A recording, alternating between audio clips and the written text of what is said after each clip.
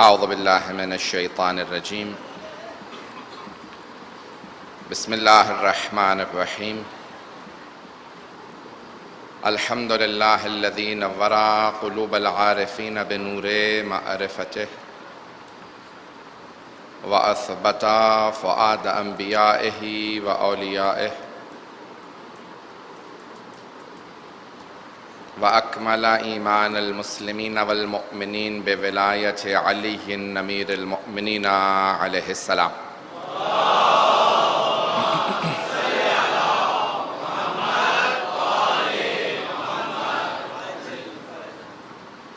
والصلاة والسلام والتحية والإكرام على أفضل الموجودات العبد المؤيد والرسول المسدد المصطفى الأمجد المحمود الأحمد أعني أبا القاسم محمد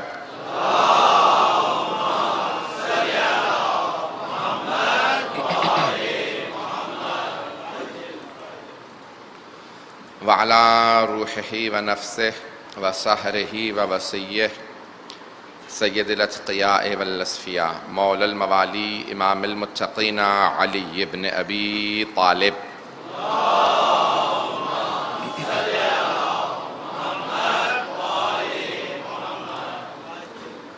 وعلى أوصيائه لا سيما بقية الله في الأرضين روحي وأرواح العالمين لتراب مقدمه الفدا واللعنة الدائمة على أعدائهم أجمعين من الآن إلى قيام يوم الدين.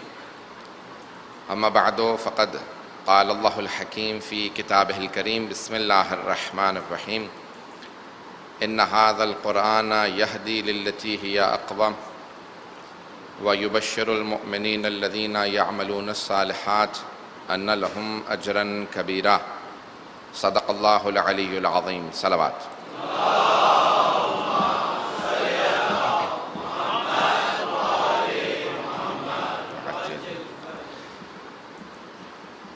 چودہ سو 38 ہجری کے محرم کا چاند دیکھ لیا گیا ہے اور ہمارا سال جناب سید الشہداء کے شاعر کی تعظیم سے شروع ہوتا ہے، اور شاعر اللہ یہی ہیں کہ جناب سید الشہداء کے غم کو دوبارہ تجدید کیا جائے، اور جو ہمارے گردنوں پہ حضرت سید الشہداء علیہ السلام کی بیعت ہے ہم اسے دہرائیں، تجدید کریں، اپنے عہد کو دوبارہ دہرا کے امام سے وعدہ کریں جب تک زندہ ہیں جو کچھ ہم سے ہو سکے گا جناب سید الشہداء کے لیے کرتے رہیں گے. اس سال عشرہ محرم کا عنوان قرآن اور حجت کے عنوان سے میں آپ کی خدمت میں مطالب پیش کروں گا. قرآن کچھ ابتدائی بحثیں ہیں، آج سن لیجئے. لفظ قرآن عربی کا لفظ ہے، علماء نے بحث کی ہے کہ یہ اسم مصدر ہے قرأ یقرأ سے، یعنی پڑھنا، قراءت کرنا. قرآن کے معنی قراءت کرنے کے ہیں، پڑھنے کے، اور یوں عرب زبان کے اندر جیسے غفران ہے، رجحان ہے، اسی وزن پہ قرآن ہے، یعنی قراءت کرنا، بار بار کسی چیز کو قراءت کرنا قرآن کے معنی میں ہے. ابن منظور نے لسان العرب میں جو لغت ہے عربی زبان کی، اور ابن منظور 700 سال پہلے بہت بڑے ایک ادیب گزرے ہیں جنہیں تمام شیعہ سنی بہت بڑا ادیب مانتے ہیں. ان کی لغت کا نام ہے لسان العرب، 18 جلدوں پہ مشتمل ہے.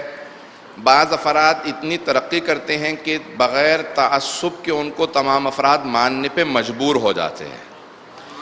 ابن منظور گو کے شیعہ ہیں، اہل بیت کے ماننے والے ہیں، لیکن تمام کے تمام عرب زبان انہیں عربی زبان کی لغت میں بہت بڑی دلیل تسلیم کرتے ہیں اور ان کے وجود کو مانتے ہیں کہ ان سے بڑا ان کے زمانے میں ادیب نہیں گزرا، جبکہ سب جانتے ہیں کہ یہ امیر المؤمنین کی ولایت و امامت کے قائل ہیں. لیکن ابن منظور نے جلد نمبر 11 میں لسان العرب کی صفحہ نمبر 178 پہ لکھا ہے کہ قراءت کے ساتھ ساتھ جمع کرنے کے معنی میں بھی قرآن آیا ہے. سورہ قیامت کی آیت نمبر 17 اور 18 کی تلاوت کر کے تھوڑی سی اور تشریح کروں گا۔ اس لفظ قرآن کی، لفظ قرآن قرآن مجید میں 70 مرتبہ استعمال ہوا ہے تقریباً، اور 2 آیات سورہ قیامت میں آیت نمبر 17 اور 18۔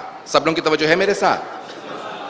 تو آیت نمبر 17 اور 18 میں اللہ سبحانہ و تعالیٰ نے اِنَّ عَلَيْنَا جَمْعَهُ وَقُرْآنَهُ فَإِذَا قَرَأْنَاهُ فَاتَّبِعْ قُرْآنَهُ، 2 مرتبہ سورہ قیامت میں لفظ قرآن آیا ہے، آیت نمبر 17 میں اور آیت نمبر 18 میں۔ آیت نمبر 17 میں اللہ سبحانہ و تعالیٰ حضرت محمد مصطفیٰ صلی اللہ علیہ وآلہ وسلم سے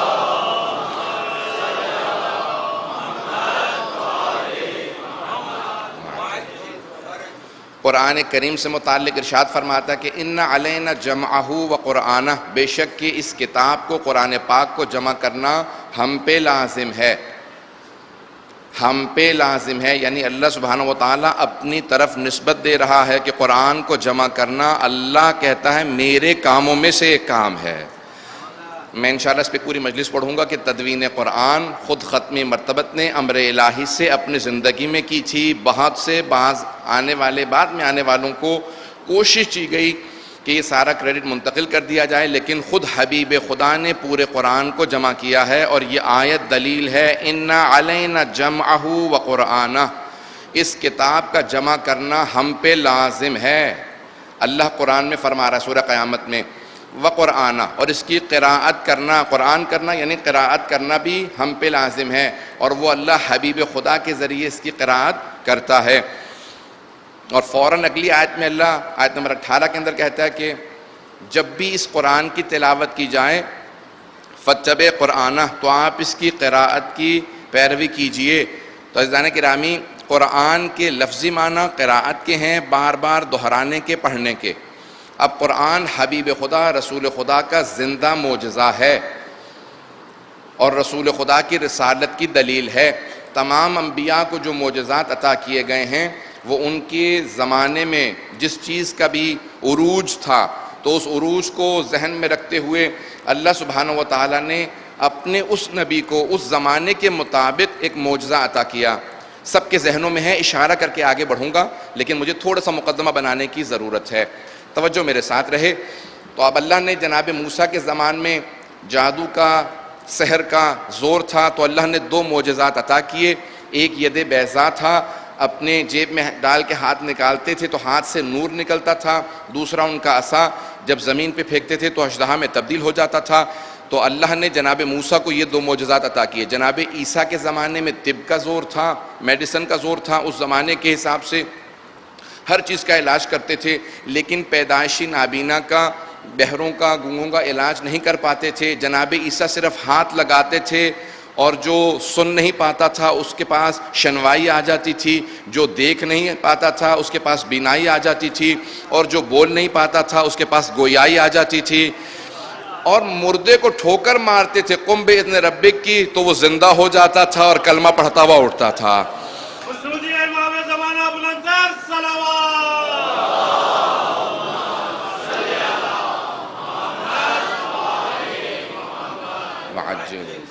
اب حبیب خدا کے زمانے میں عربوں کو 2 باتوں پہ ناز تھا، اور اس بات کو خاص طور سے سنیں گے کہ حبیب خدا کے زمانے میں عرب 2 باتوں پہ بہت ناز کرتے تھے۔ ایک اپنی زبان پہ بہت ناز کرتے تھے کہ ہم عربی زبان بولتے ہیں، کیونکہ بہت وسیع زبان ہے۔ حتیٰ وہ جو پیدائشی طور پہ کبھی بھی کسی مدرسے میں نہیں بھیجے گئے تھے، کسی اسکول میں نہیں گئے تھے، لکھنا پڑھنا ہی نہیں جانتے تھے، وہ بھی شعر کہہ لیتے تھے۔ یعنی عام طور سے ہر انسان اپنے آپ کو ادیب سمجھتا تھا، اور بے انتہا قابل تھے اس زمانے کے عرب، یعنی عربی ادب کے اندر۔ اب اتنی قابلیت ہوتے ہوئے عربی ادب کے اندر اپنی زبان پہ بہت ناز کرتے تھے کہ ہم عربی زبان بولتے ہیں، اور دوسرے اپنی شمشیر زنی پہ ان کو بہت ناز تھا، تلوار زنی پہ بہت ناز تھا، نسلوں میں کشت و کشتار چلتا تھا، جنگیں کیا کرتے تھے، اور چھوٹی چھوٹی باتوں پہ پورا قبیلہ دوسرے قبیلے سے جنگ کرتا تھا۔ تو اللہ نے رسول خدا کو عربوں کی ان دونوں چیزوں کے جواب عطا کیے۔ ان کی زبان عربی کا جواب قرآن کی شکل میں عطا کیا، اور ان کی تلوار کا جواب علی ابن ابی طالب کی شکل میں عطا۔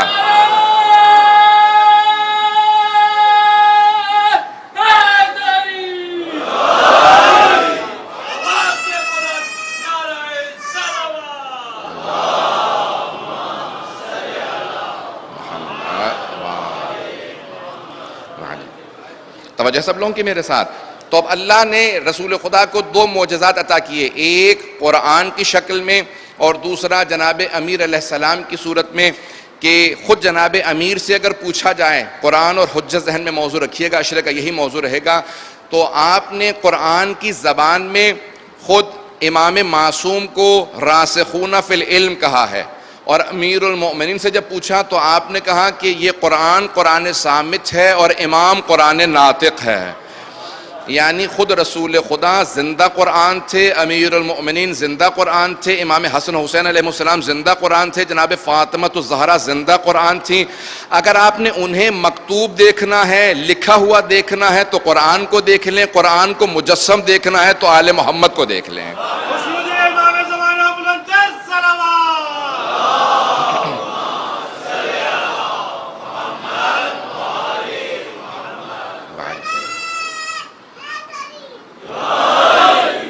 عزیزان گرامی، اب قرآن، لفظ قرآن بہت وسیع ہے، تلاوت سے، قراءت سے ہے. آئیے ذرا تھوڑی سی اور وسعت دوں گا قرآن کے معنی کے اندر تاکہ سب کی توجہ رہے. ہر زبان میں دو چیزیں ہوتی ہیں، نظم ہوتی ہے اور نثر ہوتی ہے. نثر، یہ جو میں کہہ رہا ہوں یہ نثر ہے، اور نظم جو شاعری کی شکل میں منظم کر دیا جائے الفاظ کو، اسے نظم کہا جاتا ہے. دونوں لفظ عربی سے اردو میں آئے ہیں. نظم بھی عربی کا لفظ ہے، منظوم کلام کو نظم کہا جاتا ہے، شاعری کو نظم کہا جاتا ہے. اور نثر، نون سے رے، نثر بھی سلیس زبان کے اندر نثر، یہ جو الفاظ ہم بولتے ہیں یہ نثر کہلاتا ہے. لیکن عربی زبان میں تین چیزیں ہیں، ہر زبان میں صرف دو چیزیں ہوتی ہیں، نظم ہے اور نثر. لیکن عربی زبان میں تین چیزیں ہیں، نظم ہے، نثر ہے اور قرآن کریم ہے. قرآن نہ نظم ہے نہ نثر ہے، دونوں سے بالا تر ہے، اور اللہ کا کلام ہے، کلام اللہ المجید ہے. اللہ نے اسے اپنی طرف نسبت دی ہے اور بتا دیا کہ اے عربو، وہی جو 27 حروف تہجی الف سے لے کے یہ تک تک استعمال کرتے ہو اور اس سے اپنا عربی مجموعہ بناتے ہو، میں نے بھی تمہاری زبان سے انہی 27 حروف تہجی کو استعمال کرنے کے بعد ایک معجزہ شاہکار کی شکل میں پیش کیا ہے. اب قرآن کی سب سے بڑی علامت یہ ہے کہ یہ زندہ معجزہ ہے اور دلیل ہے، علامت ہے ختمی مرتبت کی، رسالت کی. حبیب خدا رسول ہیں، نبی ہیں، اور ان کی رسالت آج تک قیامت تک کے لیے جاری و ساری ہے. قیامت کے بعد تک بھی سارے انبیاء پہ گواہ کے طور پہ حبیب خدا کو لایا جائے گا. انبیاء پہ بھی شاہد ہوں گے تو رسول خدا ہوں گے، تو ہمیشہ کے لیے رسول ہیں. ان کی رسالت کے اوپر کوئی نہ کوئی قیامت تک کے لیے دلیل باقی رہنی چاہیے. قیامت تک کے لیے حبیب خدا کی رسالت پہ کوئی دلیل ہونی چاہیے. تو اللہ نے ہمیشہ انبیاء کو دو طرح کی دلیلیں دی ہیں. سنریہم آیاتنا فی الآفاق وفی انفسہم حتی یتبین لہم انہ الحق. اللہ سبحانہ وتعالیٰ کہتا ہے کہ اللہ سبحانہ وتعالیٰ دو طرح کی نشانیاں سارے انبیاء کو دے کے بھیجتا ہے تاکہ وہ ثابت کر سکیں کہ اللہ حق ہے. اب بعض نے لکھا کہ یہاں قرآن کی طرف اشارہ ہے کہ قرآن حق ہے، بہت سے علماء نے کہا کہ یہ اللہ کی طرف اشارہ ہے، ضمیر پروردگار کی طرف پلٹ رہی ہے، مجھے اس سے بحث نہیں ہے.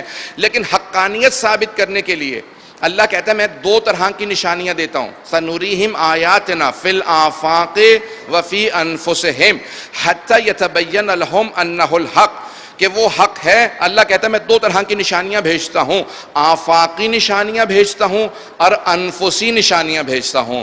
یہ دو قرآن کی اصطلاحات ہیں، میں نے اردو میں ترجمہ نہیں کیا. آفاق اور انفس، دو طرح کی نشانیاں. آفاق میں جیسے سورج ہیں، چاند ہے، ستارے ہیں، چرند پرند، یہ سب چیزیں آفاقی نشانیاں ہیں، پہاڑ ہیں، سب کچھ یہ آفاقی نشانیاں. اور انفسی نشانیاں ان کے اپنے نفسوں میں. علماء نے اس کی تشریح کی ہے کہ آفاقی نشانیاں خاموش نشانیاں ہوتی ہیں اور انفسی نشانیاں بولتی ہوئی نشانیاں ہوتی ہیں. خاموش نشانی رسول خدا کی رسالت کی قرآن پاک ہے، بولتے ہوئے امام معصوم ہے.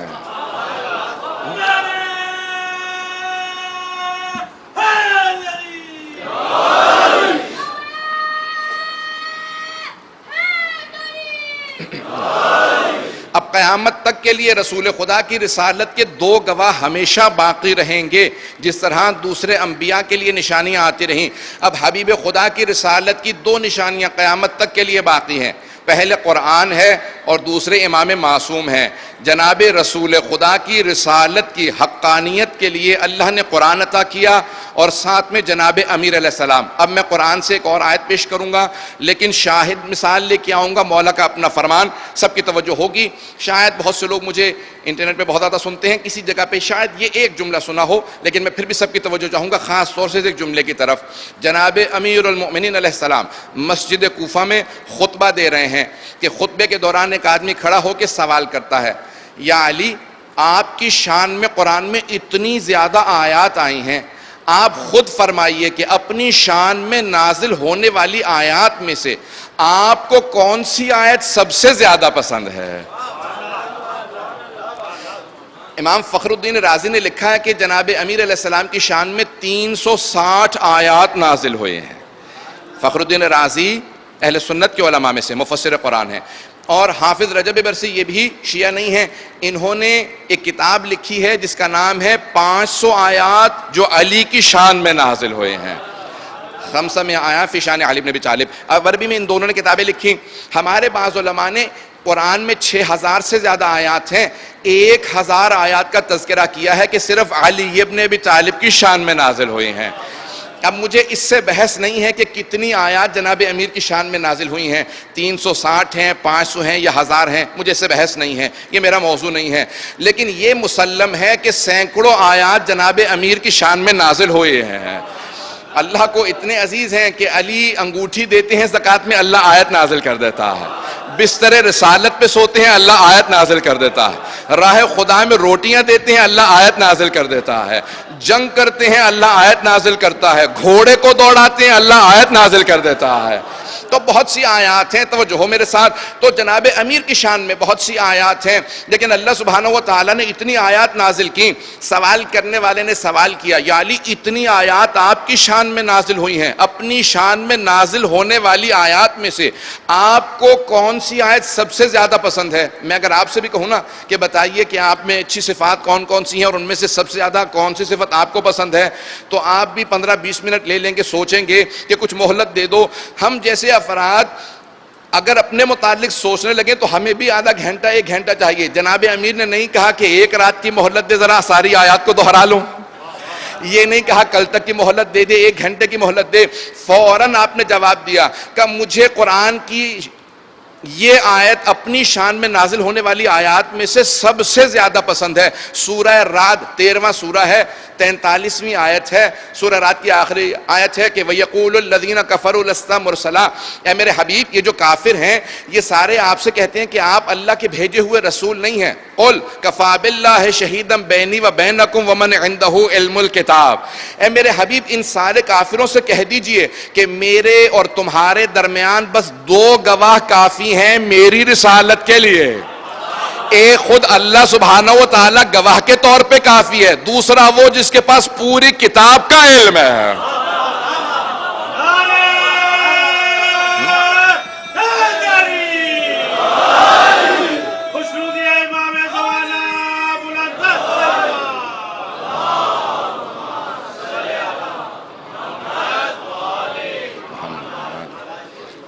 توجہ ہے جانے کی راہ میں؟ تو اب جناب امیر نے کہا مجھے اپنی شان میں نازل ہونے والی تمام آیات میں سے یہ ایک آیت سب سے زیادہ پسند ہے۔ تو پوچھنے والے نے فوراً پلٹ کے پوچھا، مولا یہی آیت آپ کو سب سے زیادہ پسند کیوں ہے؟ کہا مجھے یہ آیت اپنی شان میں نازل ہونے والی تمام آیات میں سے سب سے زیادہ اس لیے پسند ہے کہ جہاں اللہ نے رسول خدا کے 2 گواہ بیان کیے تو اپنے آپ کے ساتھ فوراً میرا نام لکھا، کہ اللہ نے اپنے نام کے ساتھ میرا نام رکھا، کہ اس لیے یہاں پہ رسول خدا کی رسالت کے 2 گواہ اللہ نے اپنے نام کے ساتھ میرا نام رکھا، اس لیے مجھے سب سے زیادہ یہ آیت پسند ہے۔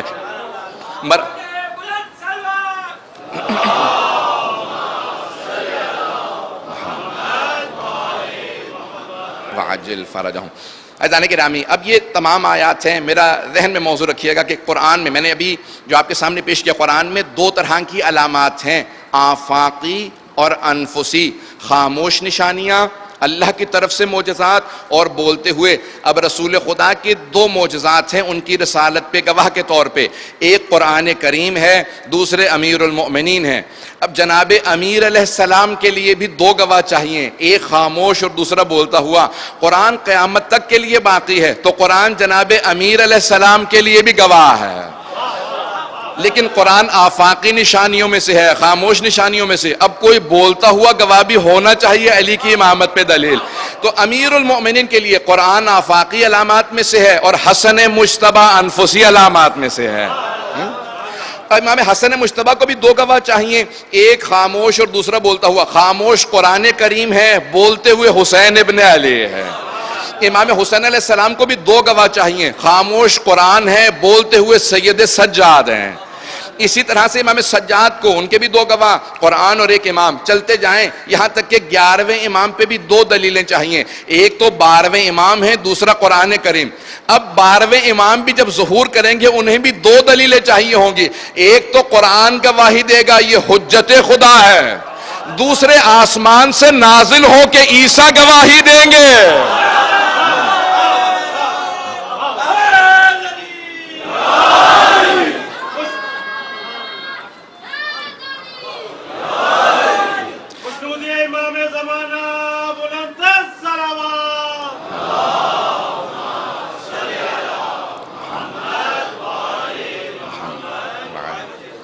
تو عزیزان گرامی، قرآن ایک زندہ معجزہ ہے۔ میں ایک آپ سے دوبارہ بات کو دہراؤں گا، زندہ معجزہ ہے۔ ایک جملے کو کہہ رہا ہوں، میں تمام اپنے نوجوانوں سے، اپنے بچوں سے درخواست کروں گا کہ اس جملے کو پلے سے بادلے پوری زندگی دہراتے رہیں تاکہ سمجھ میں آئے کہ ہم پڑھ کیا رہے ہیں۔ قرآن کاغذوں کا سیاہی کا نام نہیں ہے، اگر یہ میں بات پہنچا پاؤں۔ قرآن کاغذ اور سیاہی کا نام نہیں ہے۔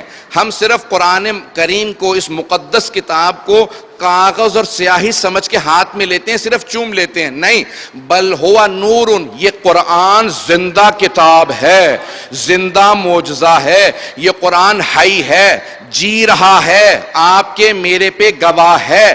اس قرآن کو مردہ نہ سمجھیں، کاغذ نہ سمجھیں، سیاہی نہ سمجھیں، اس کا ایک ایک حرف رسول خدا کے وجود مقدس پہ دلیل ہے۔ پتہ نہیں اس بات کو پہنچا پاؤں گا یا نہیں۔ ہم لوگ قرآن کو اس لیے اہمیت نہیں دے پاتے کیونکہ ہم کاغذ اور سیاہی کو قرآن سمجھ رہے ہوتے ہیں۔ یہ جو آپ کے گھروں میں قرآن ہے، خدا کی قسم جب روز قیامت چھٹے امام فرماتے ہیں، آج میں دیکھ رہا ہوں پہلے ہی دن ہے، شب اول ہے، بہت دور تک لوگ کھڑے ہیں، سب میری بہن بھائی میں جانتا ہوں، لوگ بڑی بڑی زحمت کر کے آتے ہیں، میری درخواست ہے جملوں کو ضائع نہ ہونے دیجیے گا۔ چھٹے امام فرماتے ہیں کہ قرآن کریم، یہ قرآن مقدس کتاب ہے، جب روز قیامت اپنی اصلی صورت میں مجسم ہو کے محشور ہوگا تو تمام اقوام عالم سوال کریں گے، پروردگارہ یہ کون ہے؟ ہم نے زندگی میں دنیا میں اتنی خوبصورت مخلوق دیکھی ہی نہیں۔ تو اللہ کہے گا ذرا اپنا تعارف کروا دے۔ اس وقت قرآن گویا ہوگا، کہے گا اے مسلمانوں، میں تم میں سے ہر ایک کے گھر میں موجود تھا، تمہیں معلوم ہی نہیں تھا کہ میں خوبصورت بھی ہوں، میں نور بھی ہوں۔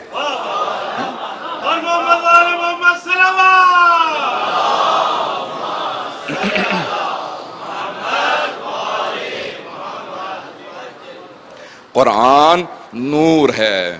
میرے بچوں، میرے بھائیوں، میرے بزرگوں، قرآن کو نور سمجھیں، قرآن کو شفا سمجھیں۔ میں آگے آنے والے دنوں میں ہر روز قرآن اور حجت ہی موضوع ہے، اسی کو صرف جاری رکھوں گا۔ قرآن وہ کتاب ہے جو آج تک جناب رسالت مآب کی رسالت پہ گواہ ہے۔ بہت بڑا ایک پروفیسر ہے امریکہ کا، تھامس مکیلون، نام ذہنوں میں رکھیں اگر نوجوان، تھامس مکیلون نام ہے۔ لندن میں میرے بہت اس کے ساتھ سیشن رہے، ملاقاتیں رہیں۔ اس کا ادعا ہے اس پروفیسر کا، اس وقت سویڈن میں وزٹنگ پروفیسر ہے اسٹاک ہوم ایک یونیورسٹی کے اندر۔ اس کا ادعا ہے کہ اگر قرآن کا کوئی بھی جینوئن ٹرانسلیشن، کوئی بھی صحیح ترجمہ، کیونکہ قرآن ترجمہ نہیں کیا جا سکتا، عربی کا قرآن کلام اللہ ہے، زندہ معجزہ ہے، ترجمہ معجزہ نہیں ہے، کیونکہ وہ ترجمہ کرنے والے کا اندازہ ہے کہ اللہ نے یہ کہا ہے۔ یہ ترجمہ کرنے والے کا اندازہ ہے کہ یہ اللہ نے کہا ہے۔ ہمارے علماء کا نظریہ یہ ہے کہ سوائے معصوم کے کوئی قرآن کا ترجمہ کر ہی نہیں سکتا، کیونکہ سوائے معصوم کے پوری طرح سے قرآن کو کوئی سمجھ ہی نہیں سکتا۔ صرف رسول خدا اور 12 امام، یہی جناب سیدہ، یہ ہستیاں ہیں، جناب زینب کبریٰ ہیں، یہ ہستیاں ہیں جو قرآن کو سمجھ سکتے ہیں، سمجھا سکتے ہیں۔ کوئی بڑے سے بڑا مفسر، کوئی فقیہ، ہمارے بڑے بڑے علماء کہتے ہیں کہ ہم سمجھ ہی نہیں سکتے، ہم اندازے سے بتا رہے ہیں کہ جو ہمیں عطا ہوئی ہے ہم اتنا سمجھے ہیں۔ علامہ طباطبائی کہتے ہیں میں نے 20 سال تفسیر المیزان لکھنے میں لگائے ہیں اور اس نظریے پہ، اس نتیجے پہ پہنچا ہوں کہ ہر 2 سال میں کوئی بہت بڑا مفسر دوبارہ تفسیر لکھے، کیونکہ سوائے معصوم کے کوئی مفسر قرآن ہے ہی نہیں۔ پتہ نہیں بات کو پہنچا پا رہا ہوں یا نہیں۔ اب یہ تھامس مکیلوین کی بات کو پیش کر رہا ہوں، اس بات کو اگر سارے نوجوان اپنے پلے سے باندھیں، اس تھامس مکیلوین نے کہا کہ اگر کوئی بھی قرآن کا اچھا ترجمہ پڑھ لے تو یہ کہتا ہے کہ میں ماننے کے لیے تیار ہی نہیں ہوں کہ کوئی اچھا ترجمہ پڑھے قرآن کا، کافر ہو، اچھا ترجمہ پڑھے اور مسلمان نہ ہو جائے۔ وہ کہتا ہے ممکن ہی نہیں ہے کہ کوئی قرآن کے دقیق ترجمے کو، اچھے ترجمے کو پڑھے، کسی نے تعصب سے ترجمہ نہ کیا ہو بلکہ دقیق ترجمہ کیا ہو۔ کہا میں مان ہی نہیں سکتا کہ کوئی قرآن کا دقیق ترجمہ پڑھے اور مسلمان نہ ہو جائے۔ یہی تھامس مکیلوین جب مسلمان ہوا قرآن پڑھنے کے بعد، اس نے پھر نہج البلاغہ کا مطالعہ کیا اور جب یہ مسلمان ہوا تو اس نے اپنا نام رکھا علی حیدر۔ اسی پروفیسر کا نام آج علی حیدر ہے، اس نے بہترین کتابیں لکھی ہیں، ہر کتاب پڑھنے والی ہے۔ 2 جملے صرف کہہ کے اس کے متعلق، اسلام ان بائبل کی انگلش کی کتاب کا نام ہے، تھامس مکیلوین کی، پروفیسر ڈاکٹر تھامس مکیلوین، کتاب کا نام ہے اسلام ان بائبل۔ اس نے ثابت کیا ہے کہ اے عیسائیوں ممکن ہی نہیں ہے کہ تم بائبل کو مانو، قرآن کا انکار کر دو، میں بائبل سے ثابت کروں گا وہ تمام تعلیمات جو قرآن کریم میں آئے ہیں۔ عزیزان گرامی، بہت بڑے بڑے علماء نے واقعہ کربلا کو بائبل سے ثابت کیا ہے، لیکن میں نے پہلی مرتبہ ایک پروفیسر دیکھا، پروفیسر علی حیدر، یہی تو پروفیسر تھامس مکیلوین، جس نے غدیر خم کے واقعے کو بائبل سے ثابت کیا۔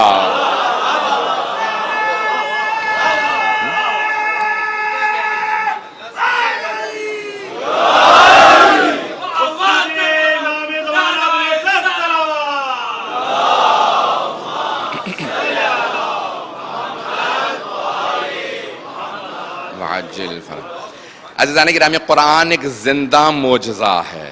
ہم میں سے بہت سے لوگ کہتے ہیں، اکثر کہہ دیتے ہیں، اے کاش میں رسول خدا کے زمانے میں ہوتا، اے کاش میں علی مرتضیٰ کے زمانے میں ہوتا، اے کاش میں امام حسن مجتبیٰ کے زمانے میں ہوتا، اے کاش میں واقعہ کربلا کے وقت ہوتا۔ تو کیا کرتے؟ میں امام معصوم کی زیارت کرتا، میں ان سے معجزہ دیکھتا، میرا یقین اور زیادہ بڑھ جاتا۔ عزیزان گرامی، آپ کے ہر گھر میں زندہ معجزہ موجود ہے۔ یہ جو زندہ معجزہ موجود ہے اس کو دیکھا کیجئے۔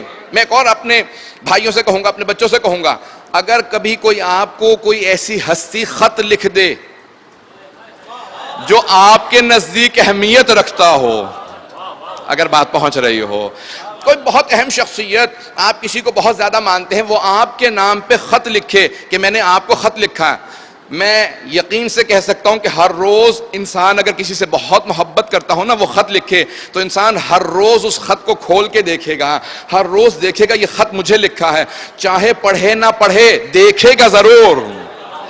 بھئی ایک مرتبہ پڑھ چکا، بارہا پڑھے گا، اور اگر نہیں بھی پڑھے گا تو دیکھے گا ضرور، چومے گا ضرور، ارے اس اتنا محبت جس سے میں کرتا ہوں اس نے مجھے خط لکھا ہے۔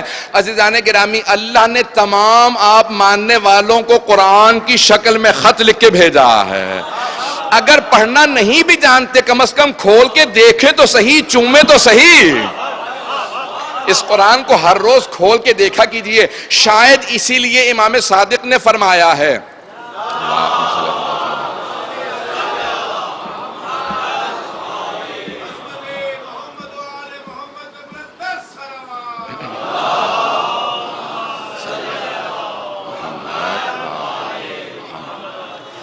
اسی لیے امام صادق فرماتے ہیں، کسی نے کہا مولا میں نے قرآن حفظ کر لیا ہے، تو مولا نے کہا پھر بھی قرآن دیکھ کے پڑھا کر۔ کہا لیکن مولا مجھے قرآن حفظ ہے۔ مولا نے کہا ہاں سن چکا ہوں، پھر بھی دیکھ کے پڑھا کر۔ مولا جب حفظ ہے تو دیکھ کے کیوں پڑھوں؟ کہا تجھے میرے جد رسول خدا کی حدیث یاد نہیں ہے کہ قرآن کو دیکھنا بھی عبادت ہے، قرآن کو پڑھنا بھی عبادت ہے، قرآن کو سننا بھی عبادت ہے۔ کسی اور کتاب کے لیے اتنے معجزات نہیں لکھے گئے، کہ جب پڑھ تو دیکھ کے پڑھا کر، اونچی آواز سے پڑھا کر، تاکہ پڑھنے کا ثواب بھی ملے، دیکھنے کا ثواب بھی ملے، قرآن کو سننے کا ثواب بھی ملے۔ معصوم فرماتے ہیں 4 چیزوں کا دیکھنا عبادت ہے۔ آل محمد کی صورتوں کو دیکھنا عبادت ہے، مصحف کریم کو، قرآن کریم کو دیکھنا عبادت ہے، خانہ کعبہ کو دیکھنا عبادت ہے۔ طواف کر کر کے تھک جاؤ تو بیٹھ کے صرف دیکھتے رہو، عبادت کا ثواب ملے گا۔ کہ مولا آپ نے کہا 4 چیزیں، کہ ماں باپ کو محبت کی نگاہ سے دیکھنا عبادت ہے۔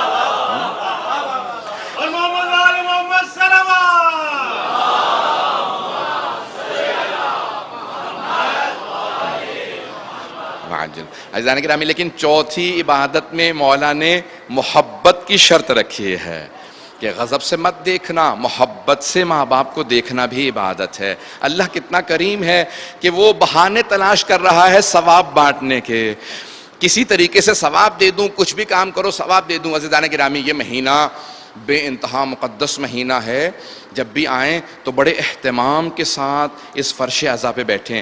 ٹیلی ویژن پہ بھی لوگ گھر پہ سن سکتے ہیں، جو معذور ہیں، بیمار ہیں، بزرگ ہیں، نہیں آ سکتے، ان کے لیے اپنی جگہ پہ انہیں وہاں علم مل جائے گا، لیکن فرش عزا کا ثواب یہاں آنے سے ملے گا۔ فرش عزا کا ایک اپنا ثواب ہے، یہ عبادت ہے۔ میں آخر میں پیش کروں گا۔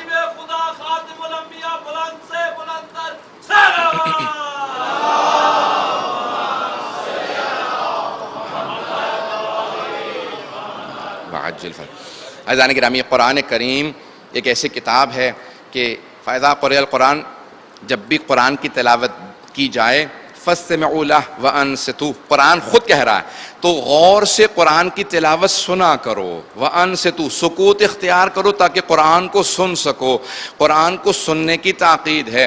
ابھی ایک بہت بڑی پروفیسر کی ایک تقریر میں نے سنی ہے، یہودی پروفیسر ہے، بہت بوڑھی خاتون ہے، امریکہ میں اس کو بہت زیادہ مانا جاتا ہے۔ اس سے پوچھا گیا کہ یہ بہت سے لوگ قرآن پڑھتے ہیں دہشت گرد بن جاتے ہیں، تو آیا قرآن میں دہشت گردی کا کوئی تذکرہ ہے؟ میں مسلسل تکفیریت کی نفی کرتا رہوں گا، دہشت گردی کی نفی کرتا رہوں گا اپنے پورے سشرے کے دوران، کہ ان کی کوئی بھی تعلیمات قرآن سے ماخوذ نہیں ہے۔ بغیر قرآن و آل محمد کے دین دین ہی نہیں ہے۔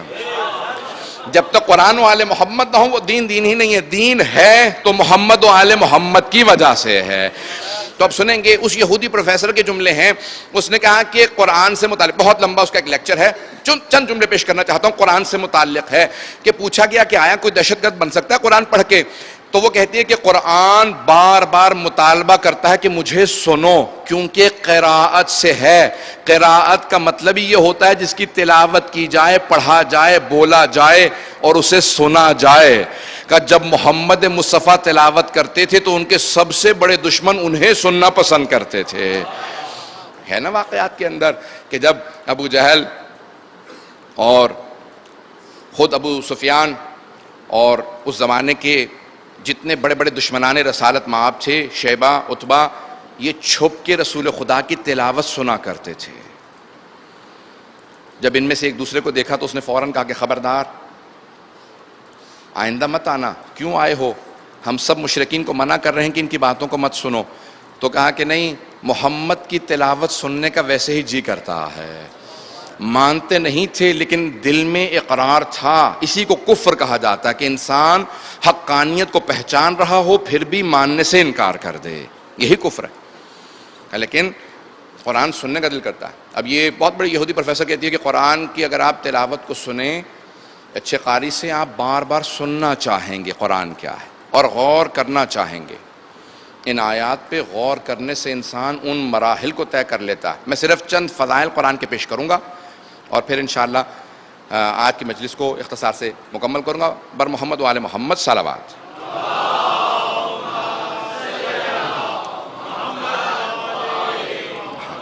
وعجل فرج۔ میرے بھائیوں، میرے بزرگوں، میرے بچوں، یہ قرآن آج موجود ہے، زندہ معجزہ ہے، دلیل ہے۔ اہل بیت علیہ السلام نے قرآن کو سینے سے لگایا ہے اور اس کی عظمتوں کا اقرار کروایا ہے۔ اگر دشمنان اہل بیت نے ان کے سروں کو کاٹ کے نیزوں پہ بھی بلند کیا تو اہل بیت نے نیزوں سے بھی قرآن کو سنایا۔ اہل بیت علیہ السلام نے قرآن کی طرف بے انتہا تاکید کی ہے۔ دشمنوں نے قرآن نیزوں پہ بلند کیے ہیں، اہل بیت کے دشمنوں نے قرآن نیزوں پہ بلند کیے اور اہل بیت کے سر نیزوں پہ بلند کیے، اور اہل بیت نے نیزوں پہ بلند ہو کے بھی قرآن کی تلاوت کی ہے۔ جناب سید الشہداء نے سورہ کہف کی تلاوت کی۔ پیش کروں گا کسی مجلس کے اندر سورہ کہف ہی کی تلاوت کیوں کی، لیکن آج سن لیجئے۔ فضائل قرآن سے متعلق ایک روایت کو پیش کرنا چاہتا ہوں جو امام جعفر الصادق علیہ السلام سے نقل ہے۔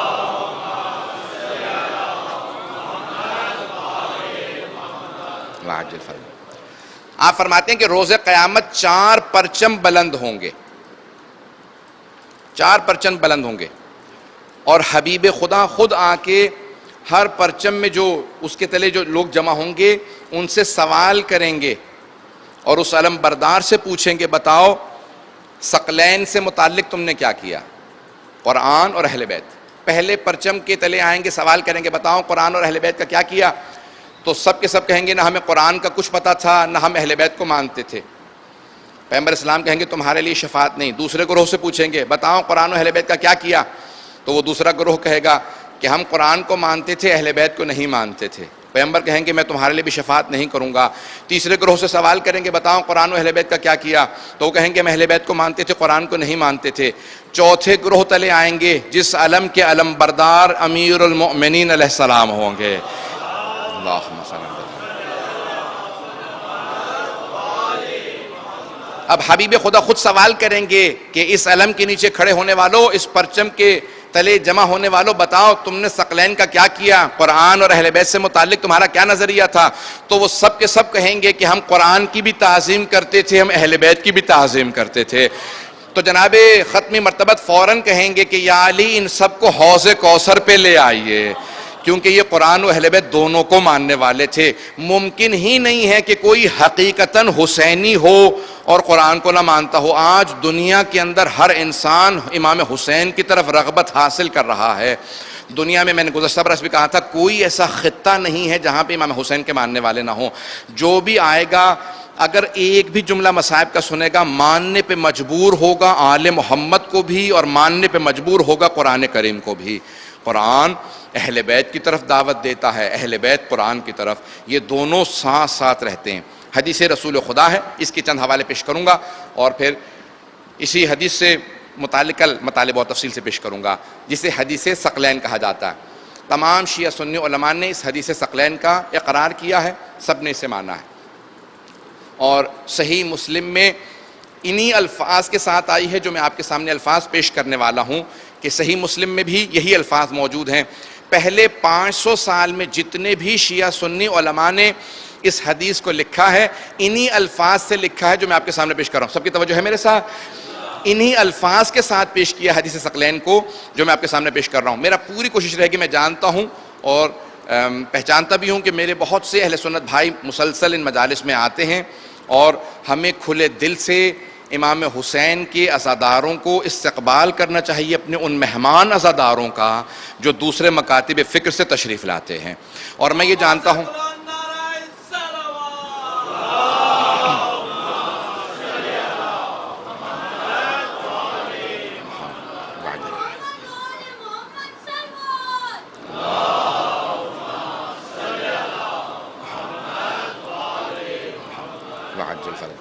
اور میں یہ بھی جانتا ہوں کہ جب ٹیلی ویژن پہ بھی نشر ہوتی ہے تو ہزاروں نہیں لاکھوں کی تعداد میں تمام ہمارے اہل سنت بھائی بھی ان مجالس کو دیکھتے ہیں۔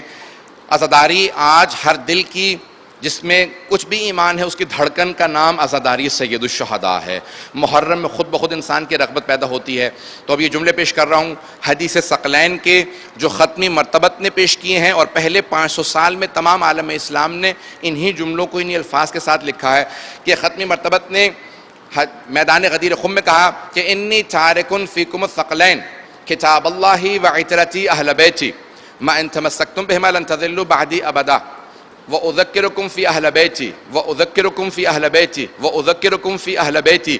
صحیح مسلم میں یہ الفاظ ہیں، اس لیے میں نے ان الفاظ کو دہرایا کہ حبیب خدا نے فرمایا اور بے انتہا صحابہ اس کے راوی ہیں کہ میں تم میں 2 گراں قدر چیزیں چھوڑے جا رہا ہوں، ایک اللہ کی کتاب اور دوسرے اپنی اطرت، اپنے اہل بیت۔ قرآن کے مفسر مبین اہل بیت ہیں، آل محمد ہیں، یہ دونوں کبھی ایک دوسرے سے جدا نہیں ہوں گے۔ اگر کبھی یہ سمجھو کہ قرآن ہے لیکن اہل بیت نہیں ہے تو سمجھ جانا کہ قرآن بھی تمہارے پاس نہیں ہے، کیونکہ قرآن ہمیشہ اہل بیت کے ساتھ رہا کرتا ہے۔ تو اب کہا میں دونوں کو چھوڑے جا رہا ہوں اور یہ دونوں ہمیشہ ساتھ ساتھ رہیں گے۔ مَا إِن تَمَسَّكْتُم بِهِمَا لَن تَضِلُّوا بَعْدِي أَبَدًا، اگر ان دونوں سے متمسک رہو گے تو میرے بعد ہرگز گمراہ نہیں ہوگے۔ إِنَّهُمَا لَن يَفْتَرِقَا حَتَّى يَرِدَ عَلَيَّ الْحَوْض، یہ دونوں ایک دوسرے سے کبھی جدا نہیں ہوں گے جب تک کہ حوض کوثر پہ میرے پاس نہ آ جائیں۔ وَأُذَكِّرُكُمْ فِي أَهْلِ بَيْتِي، لیکن میں تمہیں یاد دہانی کرا دوں اپنے اہل بیت کی۔ وَأُذَكِّرُكُمْ فِي أَهْلِ بَيْتِي، رسول خدا نے اس جملے کو 3 مرتبہ دہرایا کہ اے میرے صحابہ، اے میرے امت، اے میری ماننے والو، کہیں ایسا نہ ہو کہ تم قرآن کو اہمیت دو لیکن میری آل کو، میری اطرت کو بھلا دو۔ میری اطرت کو مت بھلانا، یہ ہمیشہ قرآن کے ساتھ ہے، قرآن ان کے ساتھ ہے۔ اب یہ دونوں ساتھ ساتھ ہیں، اسی جملے کی میں تھوڑی سی تشریح کرنا چاہتا ہوں اگر آپ لوگ سننا پسند فرمائیں گے۔ اب سنیں گے، یہ دونوں ہمیشہ ساتھ ہیں، قرآن اہل بیت کے اور اہل بیت قرآن کے۔ آپ کبھی بھی دونوں میں جدائی نہیں ڈال سکتے۔ اہل بیت ہمیشہ قرآن کے وارث ہیں اور قرآن میراث ہے۔ یہ 2 لفظ ذہن میں بٹھا لیجئے، قرآن میراث ہے، اہل بیت وارث ہیں۔ اگر آج میراث باقی ہے تو پردہ غیب میں کوئی وارث بھی باقی ہونا چاہے۔ تو آج قرآن باقی ہے، قرآن میراث ہے، کوئی وارث ضرور ہونا چاہیے۔ عزیزان گرامی، میراث کو حقیقتاً اگر کوئی سمجھتا ہے تو وہ وارث ہی سمجھتا ہے۔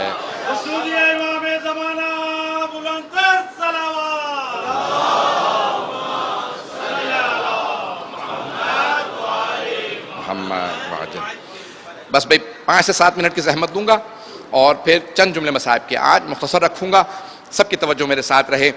بہت سے لوگوں نے ایک نعرہ بلند کیا اور کہا کہ حسبنا کتاب اللہ، ہمیں اللہ کی کتاب کافی ہے، لیکن جنہوں نے سب سے پہلے کہا کہ ہمیں اللہ کی کتاب کافی ہے، سب سے پہلے وہی لوگ جناب امیر کی بارگاہ میں آئے اور کہا یا علی ہمیں قرآن سمجھا دیجئے۔ اس کا مطلب ہے وہ بھی سمجھتے تھے قرآن کافی نہیں ہے، کسی بیان کرنے والے کی ضرورت ہے۔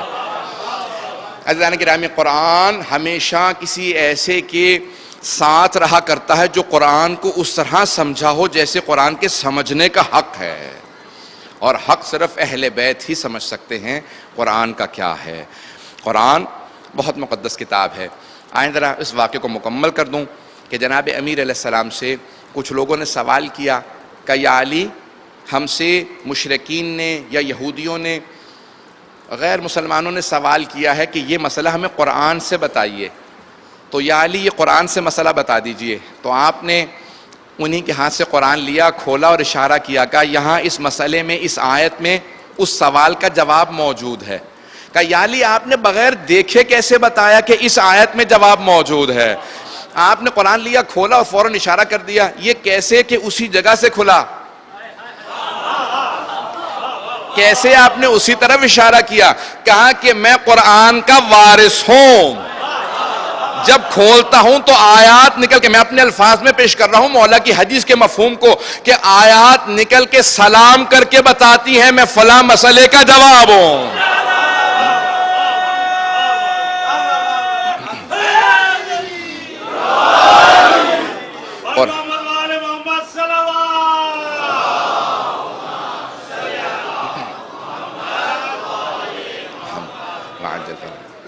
تو کہا کہ یہ آیت میں مسئلے کا حل ہے، میں اپنے انداز سے جواب دوں کہ مولا نے دیکھا نہیں، فوراً کھولا، انگلی سے اشارہ کیا۔ اپنے الفاظ میں یوں کہوں گا کہ قرآن اپنے وارث کے ہاتھوں میں ہے، جو دیکھ کے بتائے وہ حجت خدا نہیں ہے، حجت وہی ہے جو بغیر دیکھے بتائے قرآن میں کس جگہ پہ کس راز کا حل موجود ہے۔ اور حجت اللہ امام معصوم ہے۔ امام نے فوراً اشارہ کیا تو سوال کرنے والے نے صرف اتنا سا کہا کہ یا علی اس آیت کو میں نے بھی کئی مرتبہ تلاوت کیا ہے، اس آیت کو تلاوت کر چکا، لیکن میرے ذہن میں وہ جواب نہیں آیا، یا یہ نہیں بات آئی کہ اس سوال کا یہ آیت جواب ہے، یہ آپ نے مفہوم کیسے نکالا؟ تو آپ نے کہا قرآن جب میرے ہاتھوں میں آتا ہے تو سارے راز کھولنے لگتا ہے۔ تو ایک بات صرف کیا کہ آگے بڑھوں گا، اس کا مطلب یہ ہے جب قرآن وارث کے ہاتھوں میں آتا ہے تو سارے راز کھولنے لگتا ہے، اور اگر غیر وارث کے ہاتھوں میں ہو تو سارے راز بند کر دیتا ہے۔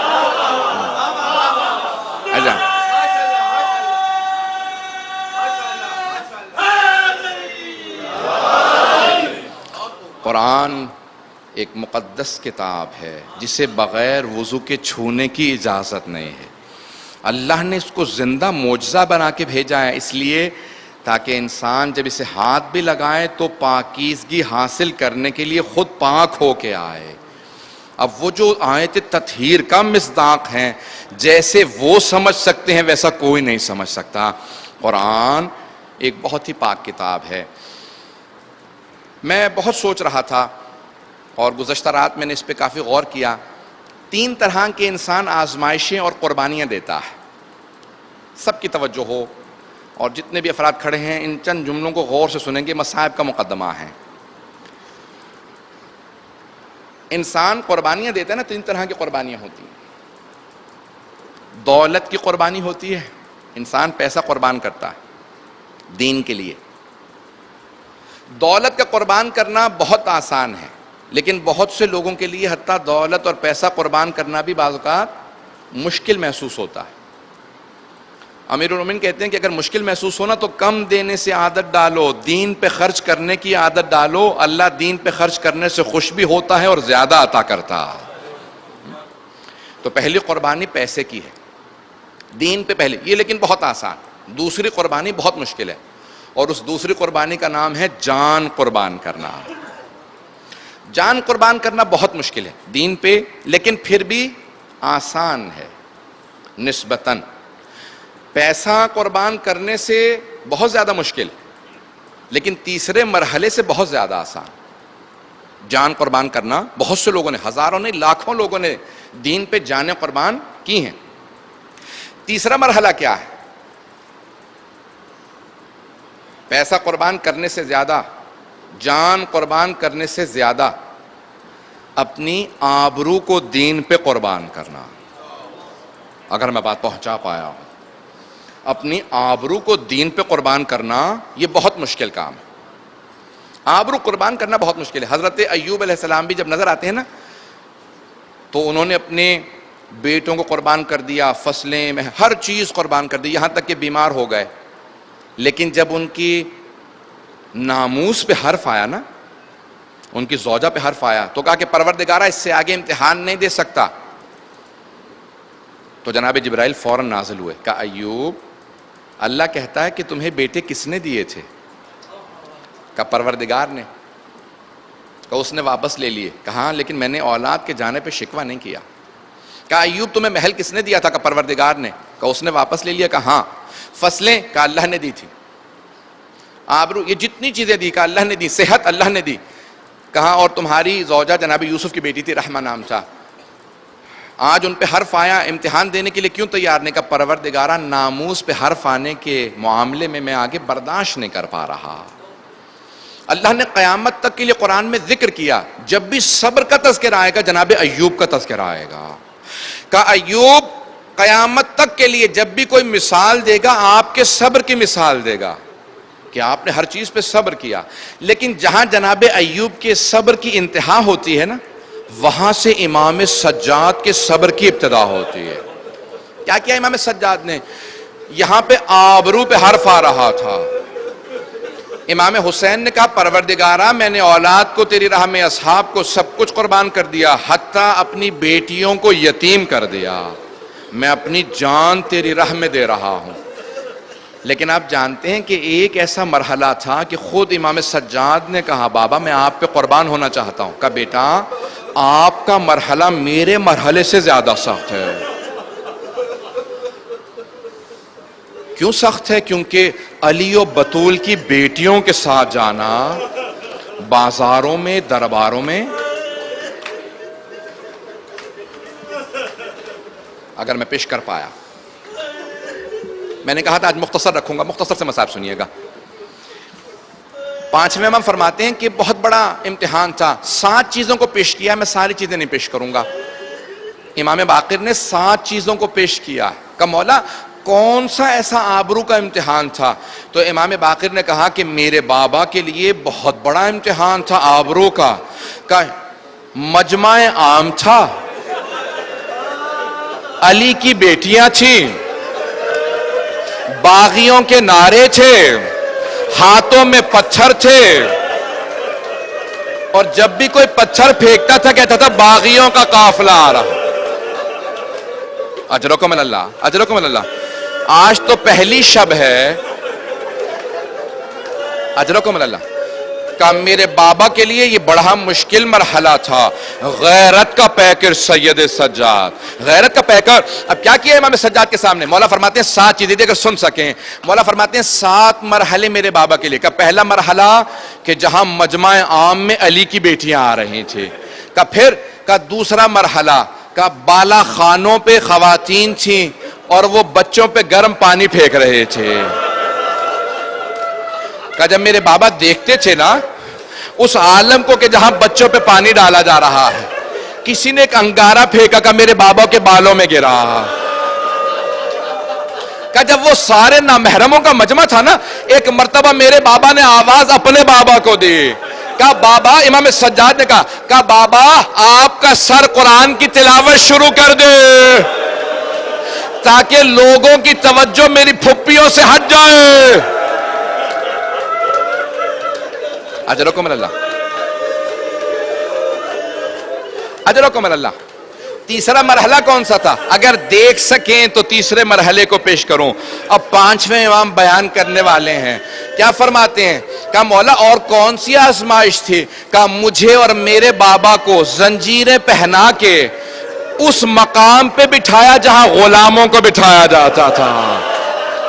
کہا زمین پہ دربار میں وہاں بٹھایا جہاں غلاموں کو، کہا خود تو یزید تخت پہ بیٹھ گیا تھا، کہا ہمیں غلاموں کے ساتھ۔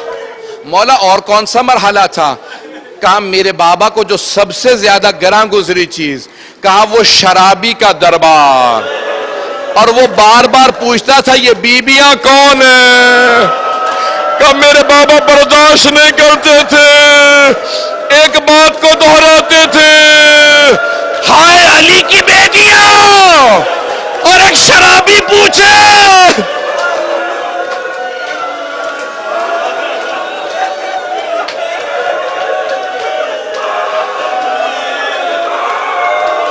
کہ میرے بابا سے برداشت نہیں ہوتا تھا، ایک شرابی علی کی بیٹیوں کا پوچھے۔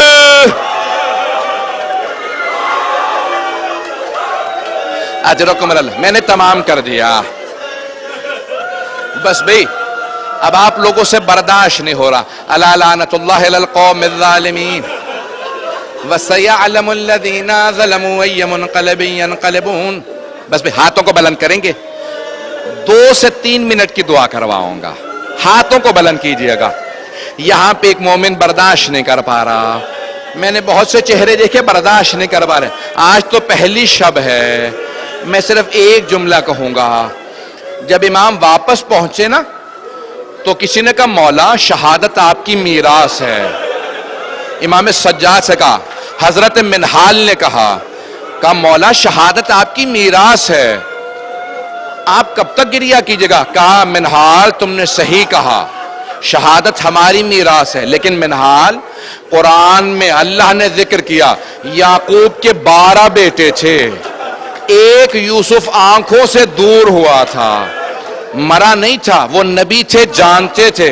وَبِيَضَّتْ عَيْنَاهُ مِنَ الْحُزْنِ، رو رو کے ان کی آنکھیں سفید ہو گئی تھی، یعنی نابینا ہو گئے تھے۔ منہال تو نے انصاف نہیں کیا، یعقوب کا ایک یوسف آنکھوں سے دور ہوا تھا، میرے 18 یوسف ایک دن میں مارے گئے۔ مَا لَهُم مِّنَ الْمِثَالِ، کہ ان میں سے کسی کی کوئی مثال نہیں تھی، کوئی علی اکبر تھا، کوئی قاسم تھا، اونو محمد، کہ ان میں میرے چچا عباس، کا 18 ایک دن میں مارے گئے۔ پھر منہال نے کہا لیکن مولا شہادت آپ کی میراث ہے، مولا آنسو بہاتے بہاتے رکے کہا ہاں منہال شہادت ہماری میراث ہے، لیکن منہال مجھے اتنا بتا، شہادت تو ہماری میراث ہے، کیا بازاروں اور درباروں میں پھوپھیوں بہنوں کے ساتھ شرابیوں کے درباروں میں جانا کیا یہ بھی ہماری میراث ہے؟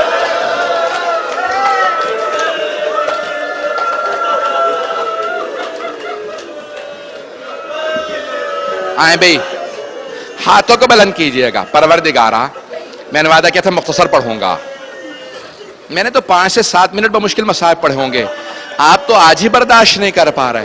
میں صرف ایک سوال کروں آپ سے، میں ہر سال یہ سوال کرتا ہوں، آپ نے سنا ہے نا، دیکھا تو نہیں ہے؟ اب سمجھ میں آتا ہے امام سجاد کیوں روتے تھے، وہ دربار میں دیکھ کے آئے تھے، وہ دربار میں دیکھ کے آئے تھے۔ پروردگارہ محرم کا مہینہ شروع ہو چکا ہے، پروردگارہ اس مہینے کے صدقے میں، خون حسین کے صدقے میں ہمیں امام زمانہ کا ظہور دیکھنا نصیب فرما، ہماری گنہگار آنکھوں کو امام زمانہ کی زیارت نصیب فرما۔ پروردگارہ ہم سب کی عاقبت بخیر فرما، ہم سب کو زندگی میں امام حسین کی زیارت نصیب فرما، آخرت میں ان کی شفاعت نصیب فرما، ہمارے مرحومین کے درجات کو بلند فرما۔ پروردگارہ رونے والوں کے ان آنسوؤں کو جناب سیدہ کے رومال میں جگہ عنایت فرما۔ پروردگارہ ہمارے بیماروں کو، مریضوں کو شفائے کاملہ عاجلہ عنایت فرما۔ پروردگارہ جتنے مومنین و مومنات باولاد ہیں سب کو اولاد عنایت فرما، جتنے لوگوں نے التماس سے دعا کی ہے سب کی دعائیں مستجاب فرما۔ پروردگارہ جتنے بھی اس سال میں، اس مہینے میں، اگلے مہینے میں عاشورہ پہ 40 میں زیارات پہ جائیں گے، تمام زائرین کی، تمام عزاداروں کی حفاظت فرما۔ پروردگارہ جو ہاتھ بلند ہیں کسی کو رد نہ فرما، پروردگارہ اس مبارکہ کی حفاظت فرما۔ پروردگارہ جہاں جہاں عزادار موجود ہیں، جہاں جہاں تک آوازیں جا رہی ہیں، لوگ سن رہے ہیں، سب کی حفاظت فرما۔ پروردگارہ اس وقت حالات خراب ہیں، پاکستان کی حفاظت فرما، عراق کے، شام کے، بحرین کے، یمن کے، نہ جانے کہاں کہاں کے افغانستان کے حالات خراب ہیں، سب کی حفاظت فرما۔ پروردگارہ جتنے بھی مؤمنین اس وقت سفر میں ہیں ان کو ان کے سفر میں کامیاب فرما۔ پروردگارہ تجھے ان کربلا کے مسافروں کا واسطہ جو کربلا ابھی نہیں پہنچے ہیں، پروردگارہ ان بیبیوں کا واسطہ کہ جن کے پاؤں زخمی ہو گئے تھے، پروردگارہ ان بچوں کا واسطہ جن کے پاؤں چل نہیں پا رہے تھے، پروردگارہ ہم سب کو زندگی میں امام حسین کی بار بار زیارت نصیب فرما۔ ربنا تقبل منا انك انت السميع العليم بحق محمد وآله الطيبين الطاهرين المعصومين يا حسين۔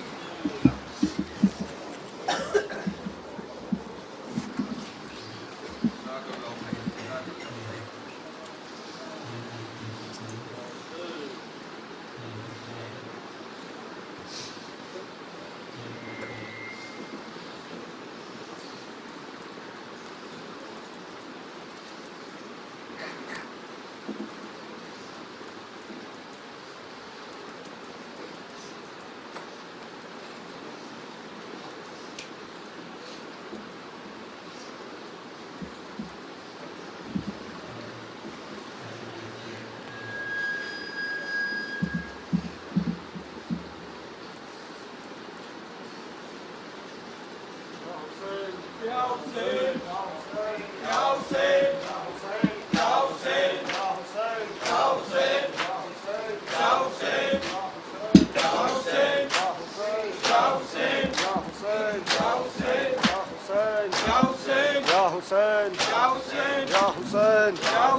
یا حسین یا حسین یا حسین یا حسین یا حسین